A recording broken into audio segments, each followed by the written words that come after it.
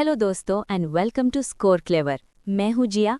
And मैं हूं विराट। हम हैं आपके करंट अफेयर्स एक्सपर्ट्स और आज हम डिस्कस करने वाले हैं 13 फरवरी 2026 के सबसे important current affairs directly from our daily banking premium current affairs PDF.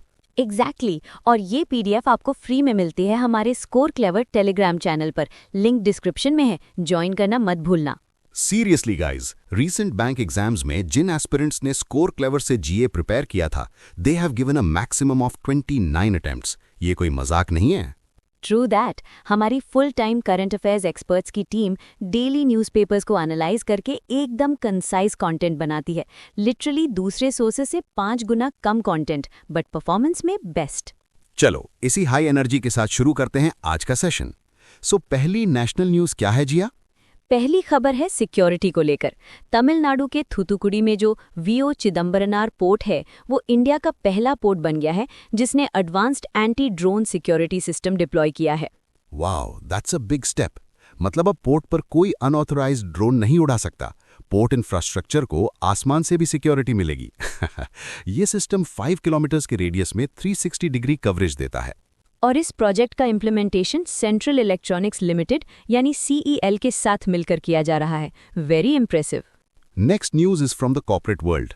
Ministry of corporate affairs ने पावर ग्रिड की 17 होली ओन सब्सिडरीज को 2 एग्जिस्टिंग एंटिटीज में मर्ज करने की अप्रूवल दे दी है। 17 कंपनीज को सिर्फ 2 में? That's massive streamlining. इससे फाइनेंशियल ओवरसाइट और रिपोर्टिंग आसान हो जाएगी। टोटल लीगल एंटिटीज 19 से घटकर 2 हो जाएंगी। यप, कंसोलिडेशन 2 स्कीम्स के अंडर हुआ है। स्कीम ग्रुप ए में 12 सब्सिडियरीज को power grid Khawda 2C transmission limited में मर्ज किया गया है। Okay, and scheme group B? Scheme group B में 5 सब्सिडियरीज को power grid Vataman transmission limited में मर्ज किया गया है। By the way, power grid के सीएमडी हैं रविंद्र कुमार त्यागी और हेडक्वार्टर्स है न्यू दिल्ली में। Got it. चलो अब चलते हैं वेस्ट बंगाल। यूनियन मिनिस्टर अश्विनी वैष्णव जी ने वहां वर्चुअली कई रेलवे प्रोजेक्ट्स इनॉग्रेट किए हैं। Oh nice. क्या क्या प्रोजेक्ट्स हैं? एक तो है सियोरी रोड ओवरब्रिज जिसे 42 करोड़ की लागत से बनाया गया है ट्रैफिक कम करने के लिए। दूसरा है कुमारपुर आरओबी जो 55 करोड़ की लागत से जीटी रोड कॉरिडोर पर बना है और ये वेस्ट बंगाल को झारखंड से जोड़ता है। Connectivity boost. और उन्होंने एक नई train service Asansol Bokaro steel city MEMU को भी हरी झंडी दिखाई है, इंडस्ट्रियल और स्टील हब्स को कनेक्ट करने के लिए। बिल्कुल। चलो अब इकोनॉमी सेक्शन पर आते हैं। रिटेल इन्फ्लेशन के फिगर्स आ गए हैं। हाँ, मैंने पढ़ा। इंडिया का रिटेल इन्फ्लेशन जो रिवाइज्ड कंज्यूमर प्राइस सीरीज के अंडर मापा जाता है, जनवरी 2026 में बढ़कर 2.75% हो गया। अगस्त के बाद पहली बार ये आरबीआई के टारगेट बैंड में आया है। इंटरेस्टिंग बात यह है कि इस रिवाइज्ड सीपीआई सीरीज का बेस ईयर 2024 कर दिया गया है और इंडेक्स में फूड का वेटेज 46% से घटाकर 37% कर दिया गया है। That's a significant change. Food price inflation 2.13% रहा ईयर ऑन ईयर बेसिस पर। अब आते हैं बैंकिंग की सबसे बड़ी खबर पर, a new monetary policy review. The big one. RBI की मॉनेटरी पॉलिसी कमेटी यानी एमपीसी ने FY26 की 6th by monthly policy announce कर दी है। पॉलिसी स्टैंड्स को न्यूट्रल ही रखा गया है। और रेट्स, क्या उसमें कोई चेंजेस हुए हैं? नोप, स्टेटस को मेंटेन किया है। रेपो रेट 5.25% पर अनचेंज्ड है। स्टैंडिंग डिपॉजिट फैसिलिटी रेट 5% पर और मार्जिनल स्टैंडिंग फैसिलिटी रेट और बैंक रेट 5.5% पर मेंटेन्ड है। Wait, can you quickly explain these terms for our new listeners? Of course. Simple शब्दों में रेपो रेट वो रेट है जिस पर आरबीआई कमर्शियल बैंक्स को शॉर्ट टर्म के लिए पैसे लेंड करता है। स्टैंडिंग डिपॉजिट फैसिलिटी या एसडीएफ रेट वो रेट है जो बैंक्स को आरबीआई में अपना एक्स्ट्रा पैसा पार करने पर मिलता है। And MSF? Marginal standing facility या एमएसएफ रेट एक तरह का पीनल रेट है। जब बैंक्स को इमरजेंसी में ओवरनाइट पैसों की जरूरत पड़ती है तो वो आरबीआई से इस रेट पर बोरो करते हैं। ये हमेशा रेपो रेट से ज्यादा होता है। परफेक्ट। और कैश रिजर्व रेशियो यानी सीआरआर? सीआरआर भी 3% पर अनचेंज्ड है। ये बैंक्स के टोटल डिपॉजिट्स का वो परसेंटेज है जो उन्हें कैश के फॉर्म में आरबीआई के पास रखना कंपलसरी है। Thanks for the simple explanation. अब प्रोजेक्शंस की बात करते हैं। GDP growth projection for FY26 को 7.3% से बढ़ाकर 7.4% कर दिया गया है। That's good news. It is, लेकिन CPI inflation projection for FY26 को 2% से बढ़ाकर 2.1% कर दिया है। एमपीसी ने कुछ और इम्पॉर्टेंट अनाउंसमेंट्स भी किए हैं। माइक्रो एंड स्मॉल एंटरप्राइजेस यानी एमएसएमईज के लिए कोलैटरल फ्री लोन्स की लिमिट 10 लाख रुपीस से बढ़ाकर 20 लाख रुपीस कर दी गई है। Double benefit. हाँ, और कमर्शियल बैंक्स को अब रियल एस्टेट इन्वेस्टमेंट ट्रस्ट्स यानी रीट्स में फाइनेंस करने की परमिशन भी मिल गई है with certain safeguards. Also RBI ने मिशन सक्षम लॉन्च किया है। इसके जरिए 1.4 लाख से ज्यादा अर्बन कोऑपरेटिव बैंक पार्टिसिपेंट्स को ट्रेन किया जाएगा। And one more big update, foreign investors के लिए वॉलंटरी रिटेंशन रूट या वीआरआर के अंडर इन्वेस्टमेंट की जो 2.5 लाख करोड़ की लिमिट थी उसे हटा दिया गया है। मतलब more foreign investment. Wow, monetary policy से काफी कुछ निकल कर आया है। And speaking of learning complex things easily, let me guess, the score clever app. You know it. दोस्तों, अगर आपको करंट अफेयर्स और जीके मेमोराइज करने में प्रॉब्लम होती है तो गूगल प्ले स्टोर पर हमारी स्कोर क्लेवर ऐप जरूर डाउनलोड करें। Seriously, it's a game changer. App में एक यूनिक न्यू लर्निंग टेक्निक है।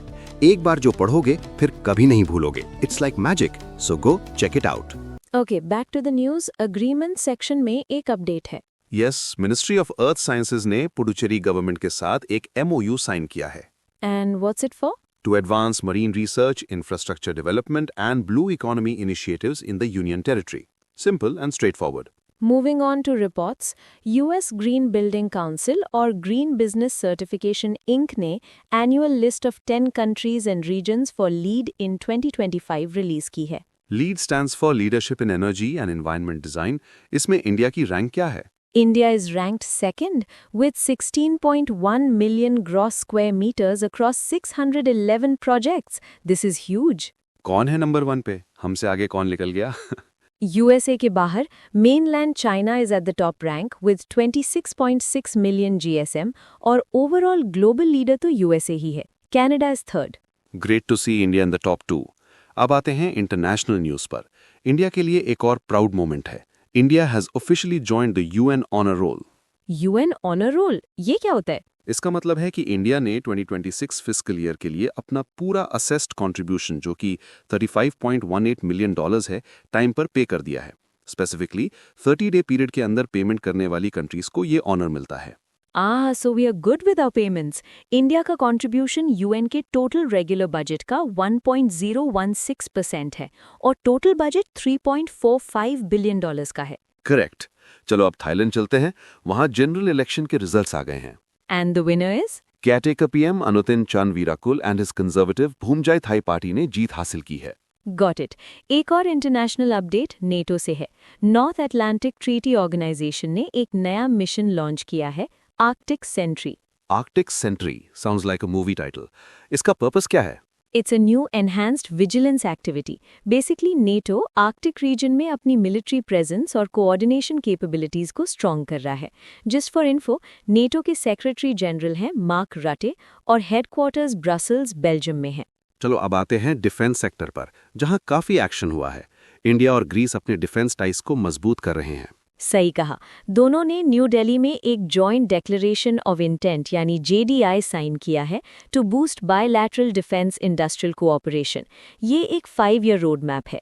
और एक ग्रीक इंटरनेशनल लायजन ऑफिसर को गुरुग्राम हरियाणा में स्थित information fusion centre Indian Ocean region यानी IFC IOR में डिप्लॉय किया जाएगा। नेक्स्ट, इंडियन कोस्ट गार्ड को 8 नए डॉनिया एयरक्राफ्ट मिलने वाले हैं। मिनिस्ट्री ऑफ डिफेंस ने हिंदुस्तान एरोनॉटिक्स लिमिटेड यानी HAL के कानपुर डिवीजन के साथ 2,312 करोड़ रुपीस की कॉन्ट्रैक्ट साइन की है। और इंडियन नेवी के लिए भी एक बड़ी खबर है। नेवी ने कंबाइंड टास्क फोर्स 154 यानी CTF 154 की कमान संभाल ली है। ये CTF 154 क्या है? ये कंबाइंड मैरिटाइम फोर्सेस के अंडर एक मल्टीनेशनल ट्रेनिंग टास्क फोर्स है। इससे 47 मेंबर नेशंस के लिए मैरिटाइम सिक्योरिटी बढ़ाने पर फोकस किया जाता है। India's command cements its role as a preferred security partner. Impressive. और अब डिफेंस की सबसे बड़ी खबर, डिफेंस एक्विजिशन काउंसिल यानी DAC, जिसे union minister Rajnath Singh chair करते हैं, उन्होंने 3.6 लाख करोड़ रुपीस के प्रपोजल्स को एक्सेप्टेंस ऑफ नेसेसिटी यानी AON दे दी है। 3.6 lakh crore, that's a massive amount. क्या क्या खरीद रहे हैं? For the Indian Air Force multi-role fighter aircraft, specifically Rafale, combat missiles और airship-based high-altitude pseudo-satellite यानी ASHAPS को क्लियरेंस मिली है। इंडियन आर्मी के लिए? आर्मी के लिए एंटी टैंक माइंस, विभव और व्हीकल प्लेटफॉर्म्स के ओवरहॉल को AON मिली है। और नेवी और कोस्ट गार्ड? इंडियन नेवी को P-8I long range maritime reconnaissance aircraft मिलेंगे और इंडियन कोस्ट गार्ड को डोनिया एयरक्राफ्ट के लिए इलेक्ट्रो ऑप्टिकल और IR सिस्टम, बेसिकली सभी फोर्सेस का मॉडर्नाइजेशन हो रहा है। एब्सोल्युटली। अब आते हैं बिजनेस न्यूज पर। Garden reach ship builders and engineers limited GRSE ने हिंदुस्तान शिपयार्ड लिमिटेड यानी HSL के साथ एक MOU साइन किया है।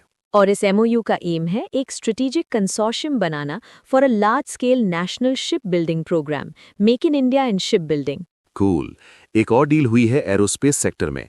बेंगलुरु बेस्ड अपोजी एरोस्पेस ने Australian company Amphibian Aerospace Industries के साथ 3,500 करोड़ की डील की है।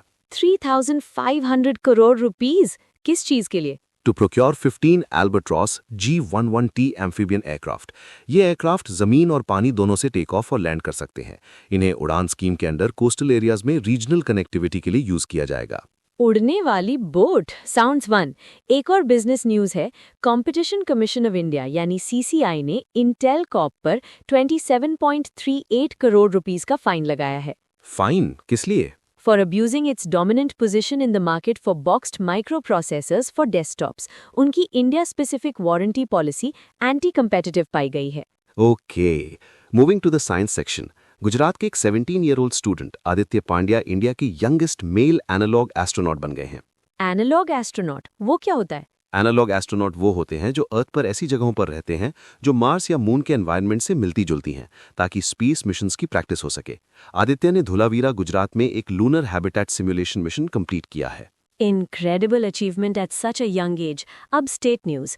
लोकसभा स्पीकर ओम बिरला ने पटना में बिहार लेजिस्लेटिव असेंबली में नेशनल ई-विधान एप्लीकेशन यानी नेवा लॉन्च किया है। नेवा मतलब अब सब कुछ डिजिटल होगा? एग्जैक्टली इसका एम है बिहार असेंबली को एक पेपरलेस डिजिटल हाउस बनाना। सारा legislative business real time digital access से होगा। No more paper piles. That's the way to go. Finally, let's talk about an important day.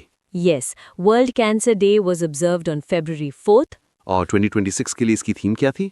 The theme for 2026 was United by Unique. इसी UN for International Cancer Control यानी UICC observe करता है। Great. So that wraps up today's news. सब कुछ detail में cover हो गया है। Yes, लेकिन सेशन अभी खत्म नहीं हुआ है। प्रेपरेशन का असली टेस्ट तो अब शुरू होगा। You mean the quiz? I mean the IPL for Current Affairs. दोस्तों, रोज रात 8 बजे हमारे Telegram channel current affairs league पर होता है डेली क्विज। इसमें हम सेम डे के करंट अफेयर्स से क्वेश्चंस पूछते हैं। ये सिर्फ एक क्विज नहीं है, ये एक लीग है।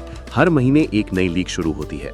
आपके स्कोर्स मंथ एंड तक काउंट होते हैं और टॉप परफॉर्मर्स को मिलते हैं एक्साइटिंग रिवॉर्ड्स। तो अपनी नॉलेज टेस्ट करो और देखो आप कहां स्टैंड करते हो। So what are you waiting for?